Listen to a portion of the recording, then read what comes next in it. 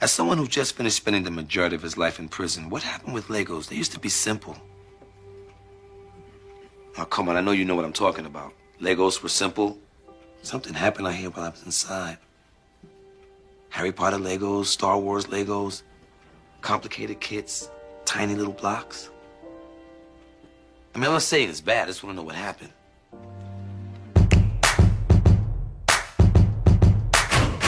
Welcome to the Business Grind, where we give you an inside perspective on what it takes to start, build, and run a successful business. Here are your hosts, Danny Shaw and Sean Michael Wellington. All right. Hello to everyone in podcast land today. Thanks for joining us. Sean, how are you feeling? Feeling good today and excited to have a new case study. It's been a while since we did one. Yes, indeed. All right. So in today's episode, we're going to do a case study on the Lego toys, the Lego group, which I'm sure everyone is very familiar with the brand and the company over the years. So, we're going to get into it, talk about the history, the trials, tribulations, learning lessons, and, just key things that we picked up along the way that you can use as a reference as you start or continue along your business journey as well. All right. Yeah. And for those of you who just heard that opening video from Community, that was Michael K. Williams, rest in peace, referring to how Legos have changed. His character in that show was in prison for a little bit, came out, and Legos were so different. So I thought that was an appropriate little clip to play at the beginning because we're going to talk about all the changes in the company too. So. For sure. All right. So I guess first we could just start off with the history, right? Sean, you want to kind of take it off or your understanding of the history, and I can add my 2 cents after. Yeah, I mean, it seemed like it was just pretty straightforward. It was started in Europe by I'm gonna try to pronounce this guy's name. Kurt Christiansen, right? Uh-huh. Yeah, close. Christiansen. Yeah. The extra IA threw me off a little. But yeah, so I mean, he started it like, it was like a regular local business, and he came up with the interlocking blocks to build toys, and it wasn't really you didn't assemble your toys back then in the original iteration of it. It came assembled, and that was kind of where the inspiration came from. Mm-hmm. But as the company grew, it turned into the building block that we know now, the building blocks that we know now. Right. So I'm gonna add a little bit more. So even before it became the Lego that we know today, he actually started off doing wooden toys before it became the plastic toys. So he was actually a wood maker prior to a toy maker. And if I'm not mistaken, like the business of what he was doing with wood and furniture was going downhill during the Depression and all of that economic wise. So he went into making toys, wooden toys.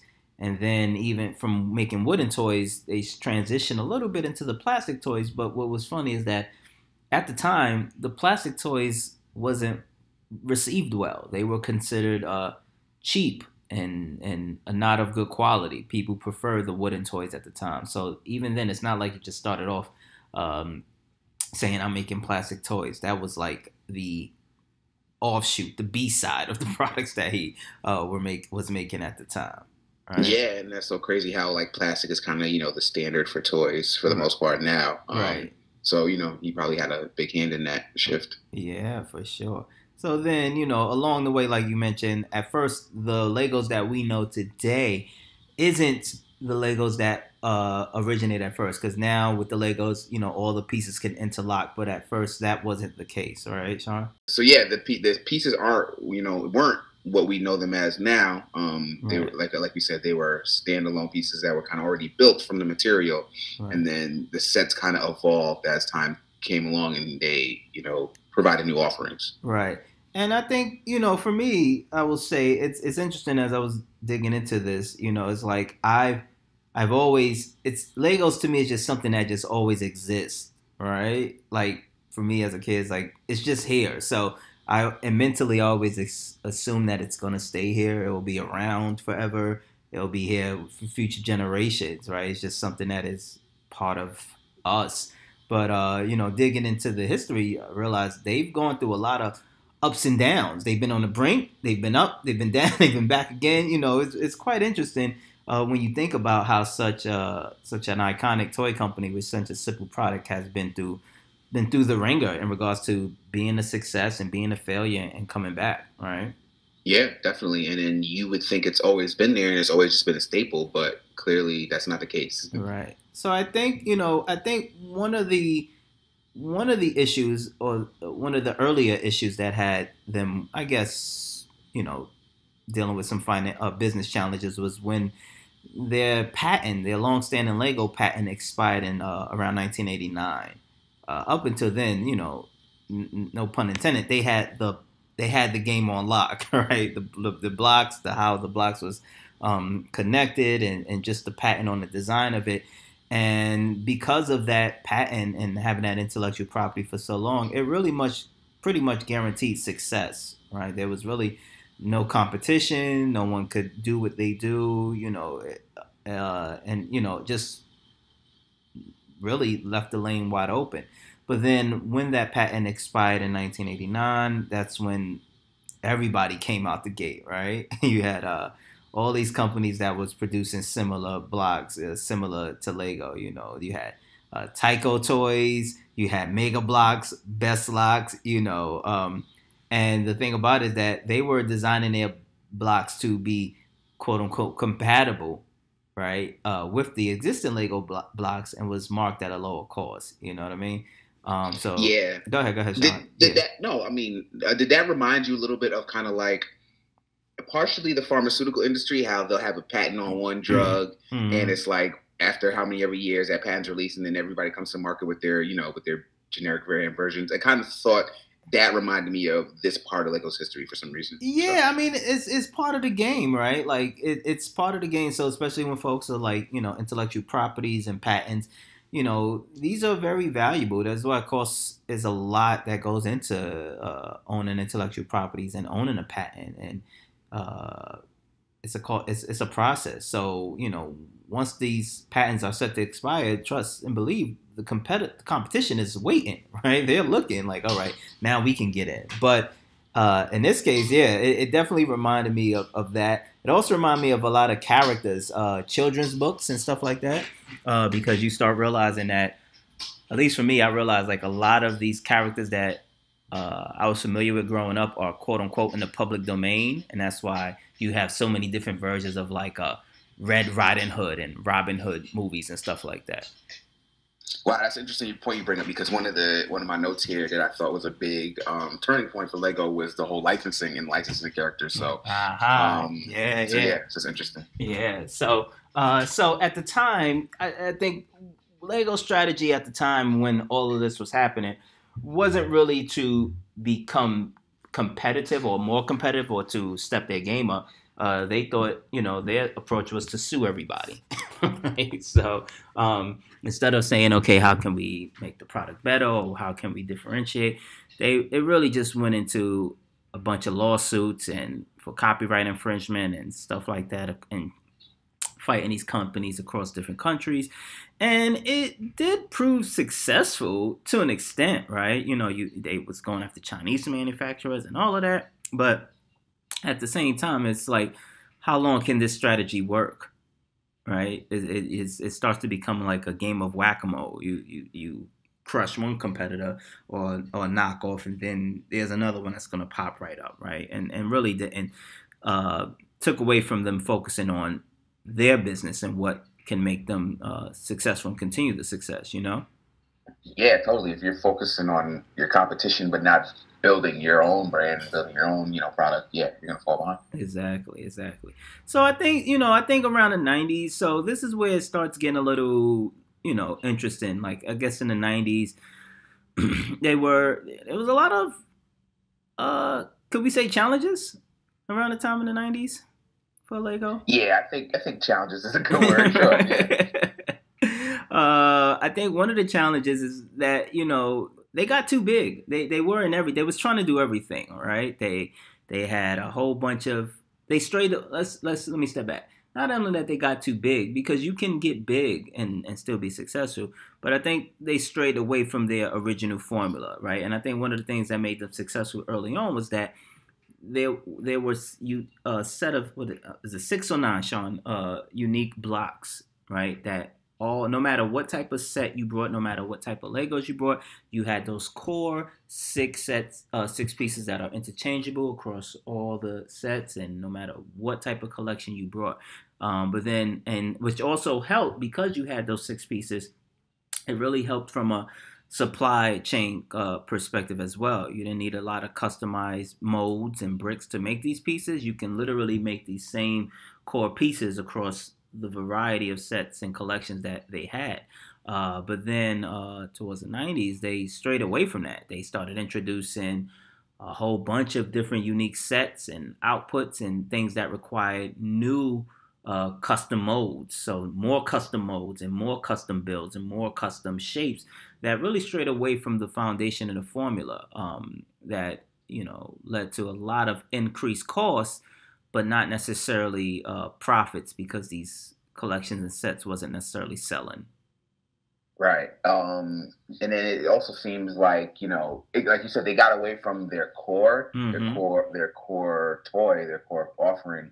And it may have been in response to the competition rising, but they were trying to expand their offerings basically. And I think, like you said, it affected the supply chain, affected the bottom line, the supply chain, and it affected the bottom line. Right. And I think also from a management perspective, what started happening is they had different groups working in isolation, right? So you had the design team and the product team that were working on new ideas and stuff that really didn't have a connection and understanding to the bottom line or what was the financial implications, which may be good for creativity of innovation, but if it's not creating profits, is it successful, right? So you had the design teams working in isolation, not really understanding the financial impact. You had expansion, all these new pieces and toys, and really what happens is it flooded the market with a whole bunch of products. So maybe it got to a point where the Lego brand is known, but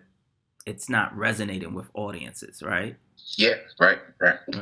And let's talk about the audience, right? So I guess for a long time, they would say the primary audience for logos is young kids, mostly boys, and adults, which I thought was interesting, right?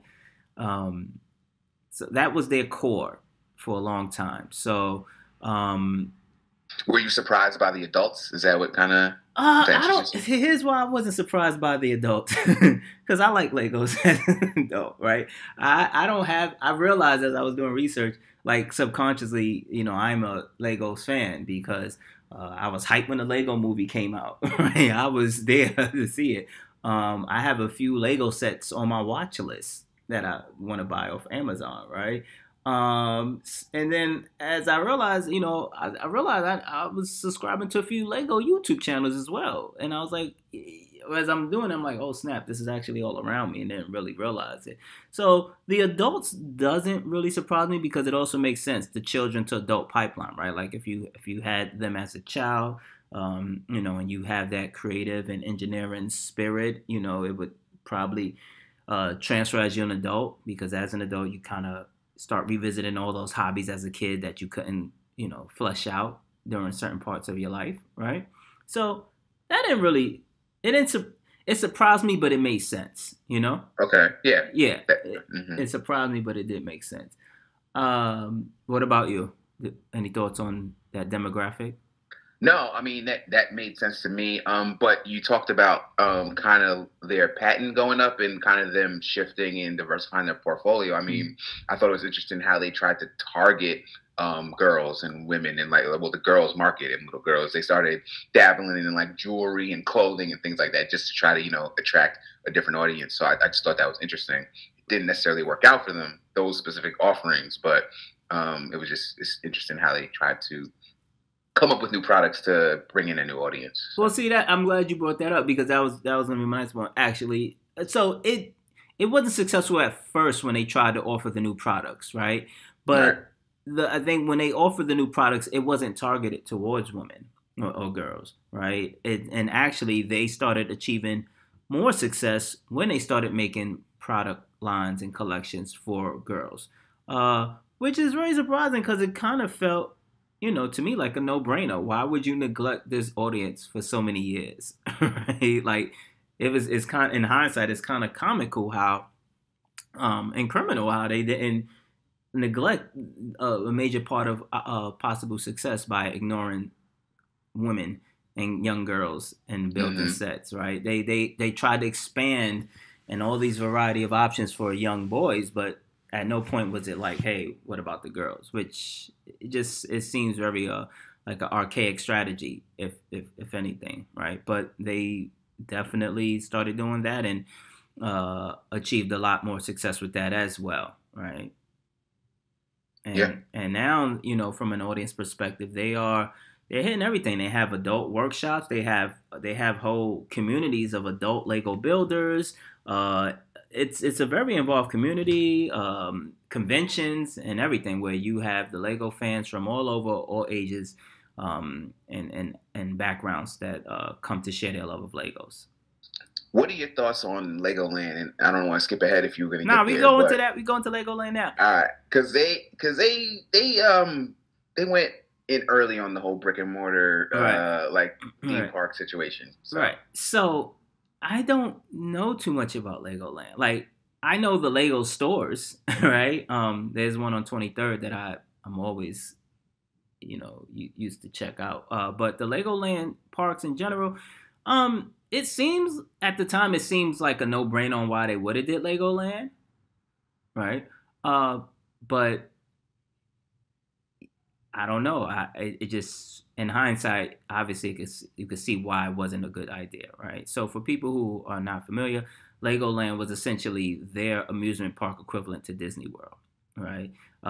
It featured large-scale models of famous landmarks and miniature Lego models of cities and theme rides, and, you know, initially started in Denmark and then in England, and, you know, they expanded, but then after a while, they sold all 4 parks to an investment firm, you know what I mean? And be managed independently on its own outside of that.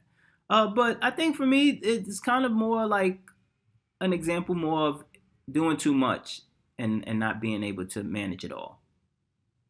Right? Like, the business wasn't already doing as good as it was. Why are we doing parks as well? Yeah, I didn't understand the logic. But like you said, they were able to sell the property and make something out of it. That's probably not what they wanted it to be. They probably wanted it to be, you know, competitor of Six Flags, Disneyland, like you mentioned. But it never did get to that level. But they do have, you know, I do see the Legoland stores. Like, there's one in Rich Hill. Right.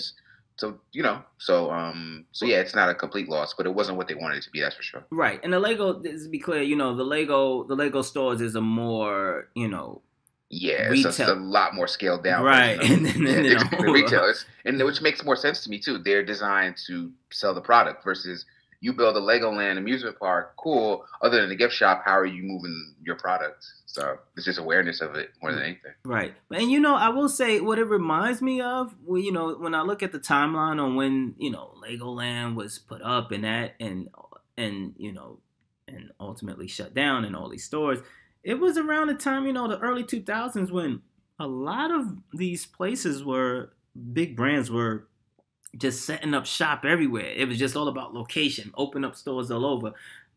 It reminds me of when, you know, there was a Disney store in Harlem, right?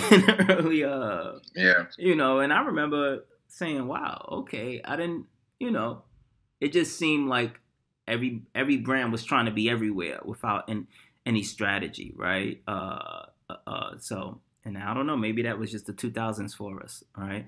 But yeah, I hear you. I mean, I know the original one, I think, was in the early or late 60s, but yeah, the second, they didn't open another one until the 90s, and then they opened up 4. You know, right. Going, so I'm talking about that expansion when everything was just like, all right, now we're just gonna rev everything up and all systems go, right? So then around that time, you know, a lot of their fan base was like, y'all whack. Like, they was losing their fan base. A lot of the core supporters of Lego was just like, what is going on, right? Like, this ain't the Legos we grew up with. And then they also caught controversy, right? To circle back around the licensing of the Legos for certain collections, right? And I think the Star Wars collection was when that really kind of set a shift or tone in the direction of the business, yeah? Yeah, definitely, and licensing those characters in that world. Right. So they, Legos is stagnant management, a lot of spending, a lot of just bloated balance sheets, and not really profitable. And at a point, they were even looking for buyers. We were looking for buyers, and who can take the company and manage it and take it in a new direction. And then they, kind of jumping all over the place, but I think a pivotal point was when they started licensing Lego pieces for certain collections, which was Star Wars, right? And that was also not received very well, depending on who you ask, right?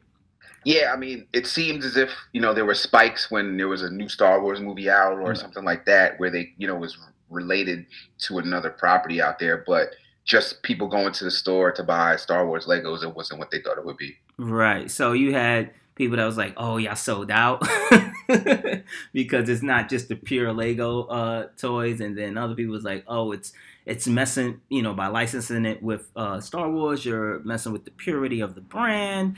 But what we start realizing is that it showed that, oh, wow, we're having a lot of success with these licensed Lego collaborations, right? But the flip side to that was that now their success was always dependent, or would be closely dependent, on the success of these movies and franchises that they was associated with, right?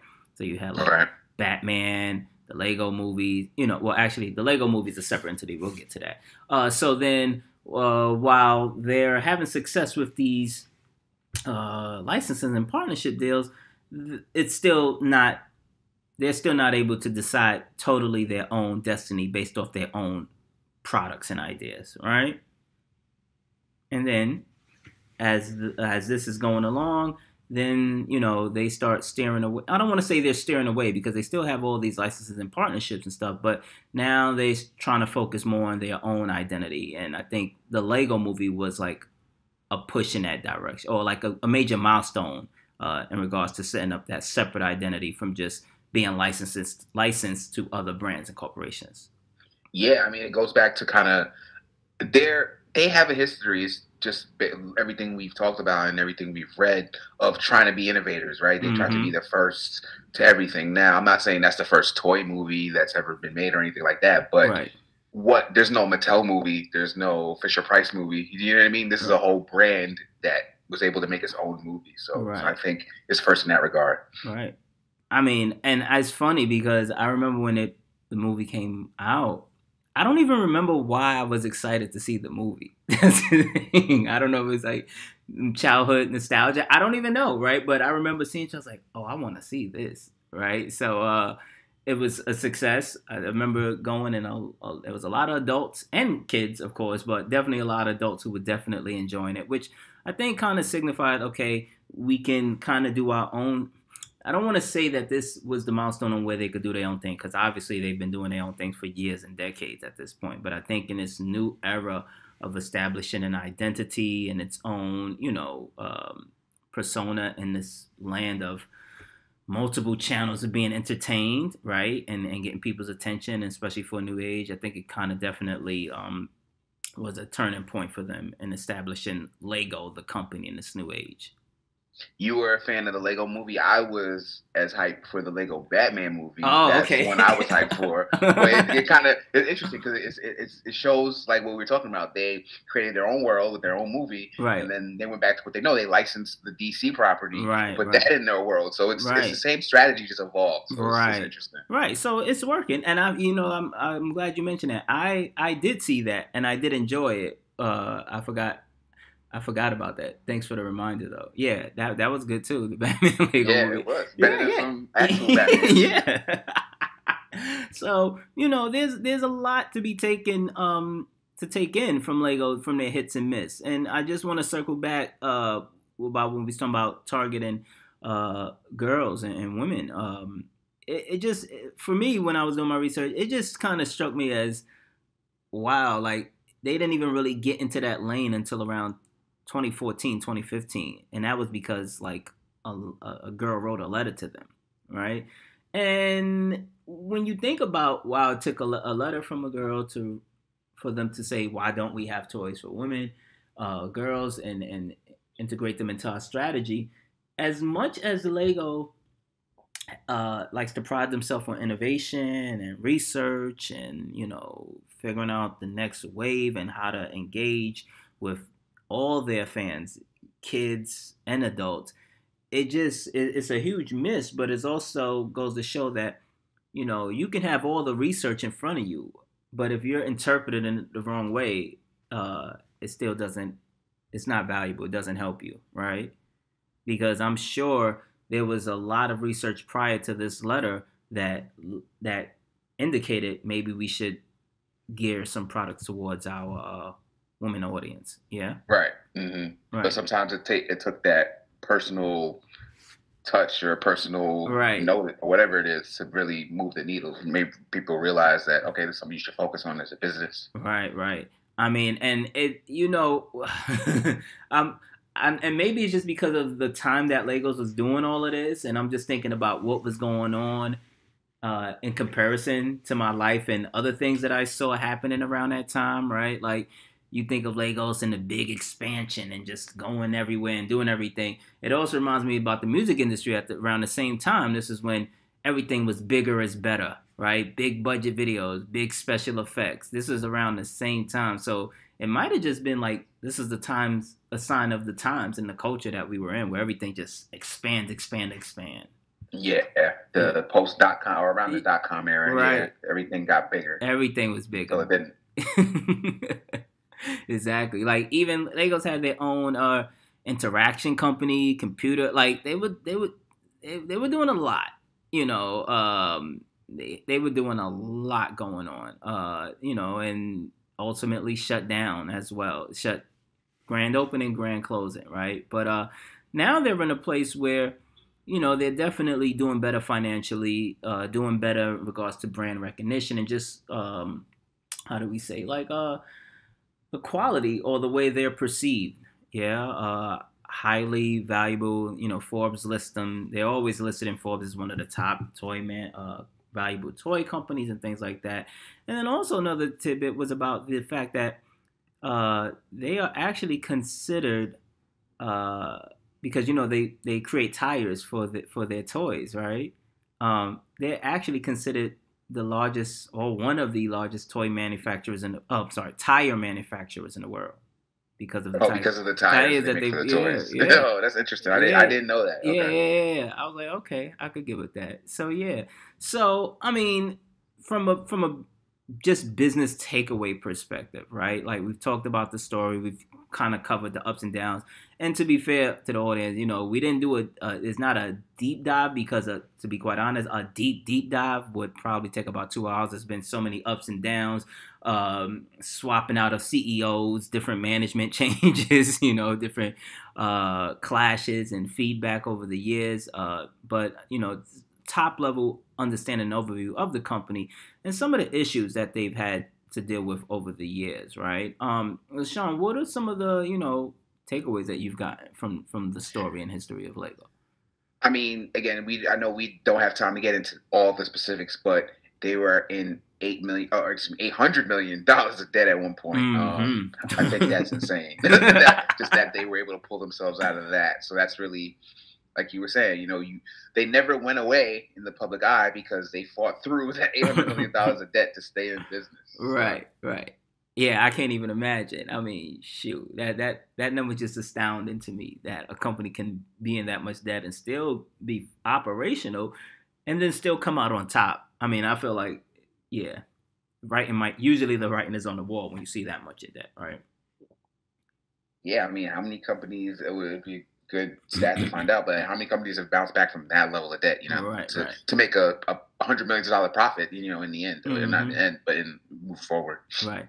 I think another key lesson was really just the notion of strategic partnerships, right? And I think that's very key. Like, all partnerships aren't good partnerships, right? But, during their time of figuring things out and really trying to assess what works and what doesn't, going to their core strengths, which is, they scaled back. They cut out all those new collections that required extra pieces. They went back to their core 6 or 9 pieces. I'm the numbers is, I'm confusing myself right now, but whatever their core set of blocks was, and built off of that, and then made the strategic partnerships like with Star Wars or with DC Comics, or even I think there might be an Avengers Legos movie as well, so Marvel. So, making those strategic partnerships when it was warranted and of value, but then still not losing focus of their core brand and idea of what they're trying to do, right? And I think that's very key. All partnerships may not necessarily be good,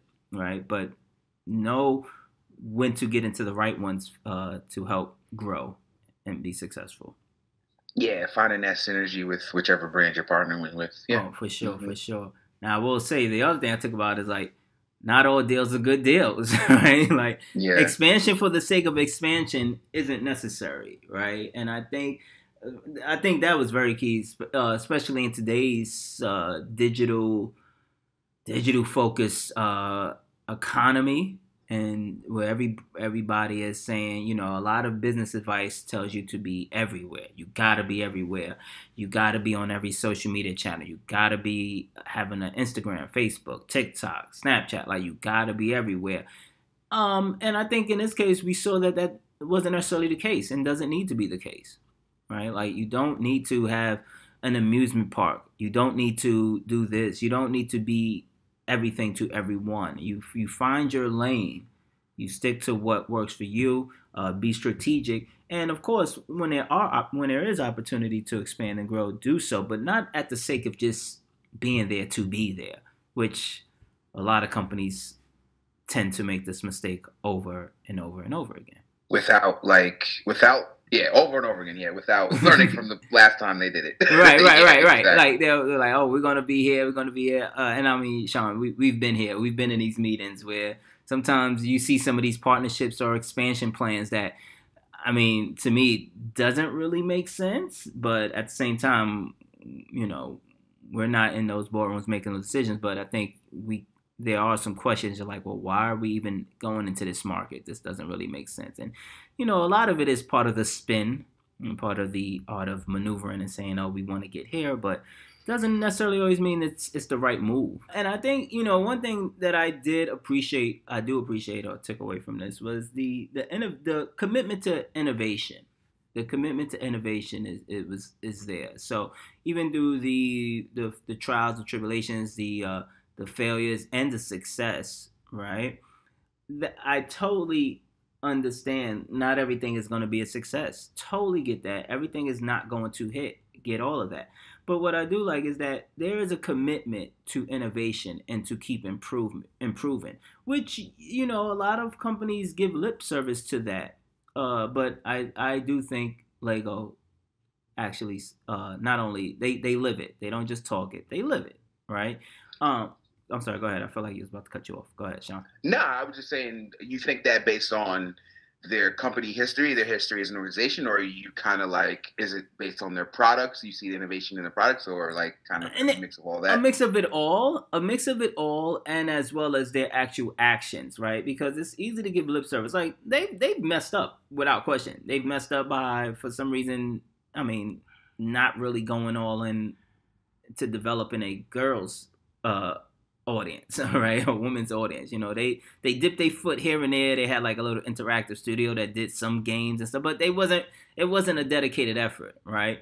But now, and also with some of the environmental issues that they've had, because they was working with Shell and Shell and plastic and the carbon footprint, and that gathered a lot of negative publicity, right, and press on that behalf as well. And it just seems like when they are faced with these challenges, I'm a little bit of a cynic. I'm not one to hold a lot of faith in these corporations, but when I do see a company that at least appears that they're attempting to speak it, live what they talk, I appreciate it. They have their workshops, they have their conventions, there's a lot of activities that they do outside of just saying, hey, we're trying to sell. They interact with their audience. They take the feedback from them with the innovation labs and conferences and children workshops and, the adult workshops. Like, there's a lot. They're very involved with their community. So that I think is, something that a lot of other companies could take into consideration as part of their strategy. Yeah.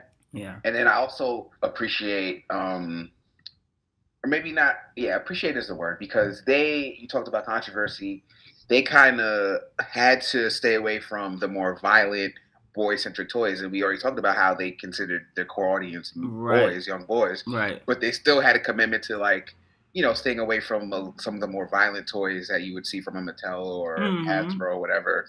They were able to maintain their licenses and bring on characters, but still stay away from, like, the guns and the knives and some of the other toys that were a little more violent, geared towards boys. So I think when you talk about innovation, I think about that. I think that's innovative too, because they could have just said, we're going to do what everyone else is doing. Or sticking to their principles, right? Sticking to their principles, because even Star Wars was a little bit of a controversy and was considered in that lane of, not sticking to the brand. That's funny you brought that up, because I forget what I was reading, but there was a quote from someone who said that it was harder for them to get the word war put on the boxes of the toys than for them to actually license Star Wars. Like, that was easy. Right. The hard part was branding it and having the word war with their brand. Exactly.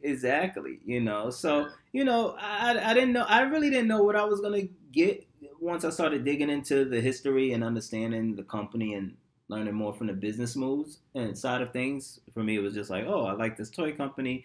They've been around forever. And, it's kind of one of those things that's in front of you and you just don't really realize until you dig a bit more. But I will say, the more I dug into it, I'm like, man, this company has mad drama.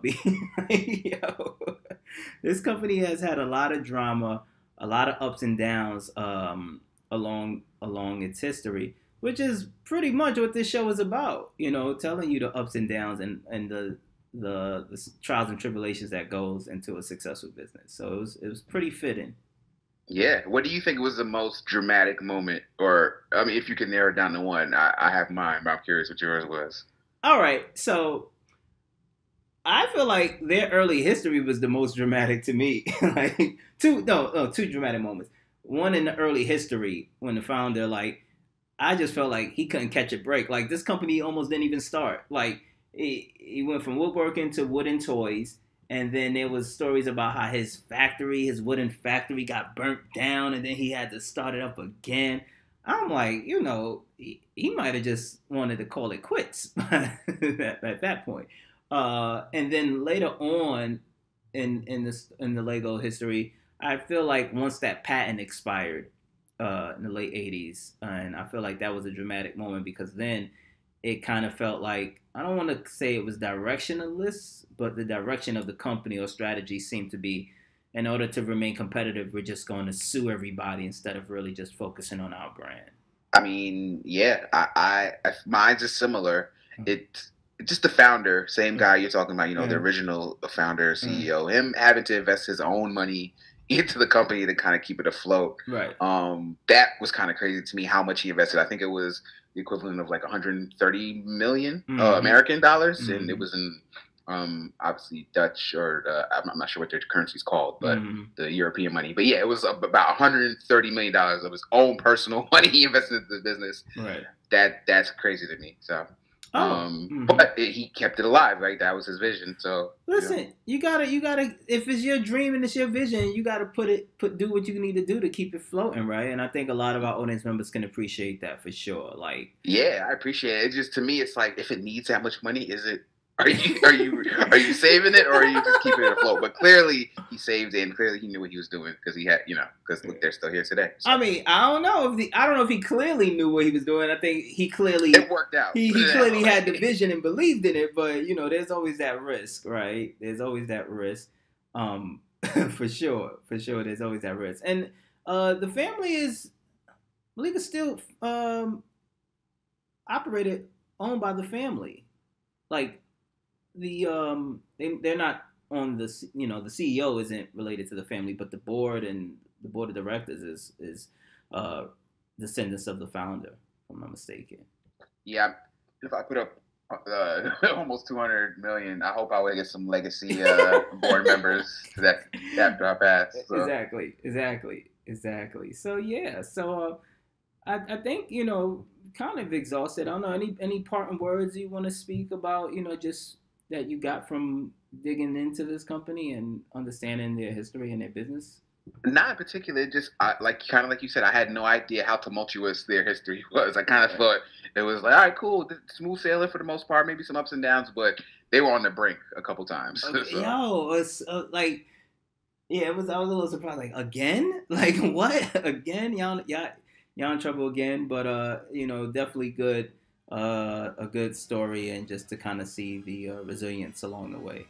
All right, so that's a wrap for this week's episode. We hope you enjoyed our discussion and thoughts around this iconic toy company, and hopefully it provided you some valuable lessons as you navigate through your business journey and endeavors. As always, if you have a question you would like to answer on the show, shoot us a message on any of our social media channels, or shoot us an email at questions@businessgrindshow.com. Also, don't forget to subscribe and share on Spotify and iTunes. See you again soon. In the meantime, keep grinding. The Business Grind is for entertainment purposes. Opinions expressed are those solely of the host and guests. Please consult with a professional and exercise discretion before engaging in any business endeavors. I'm out here on the grind. I'm out here on the grind.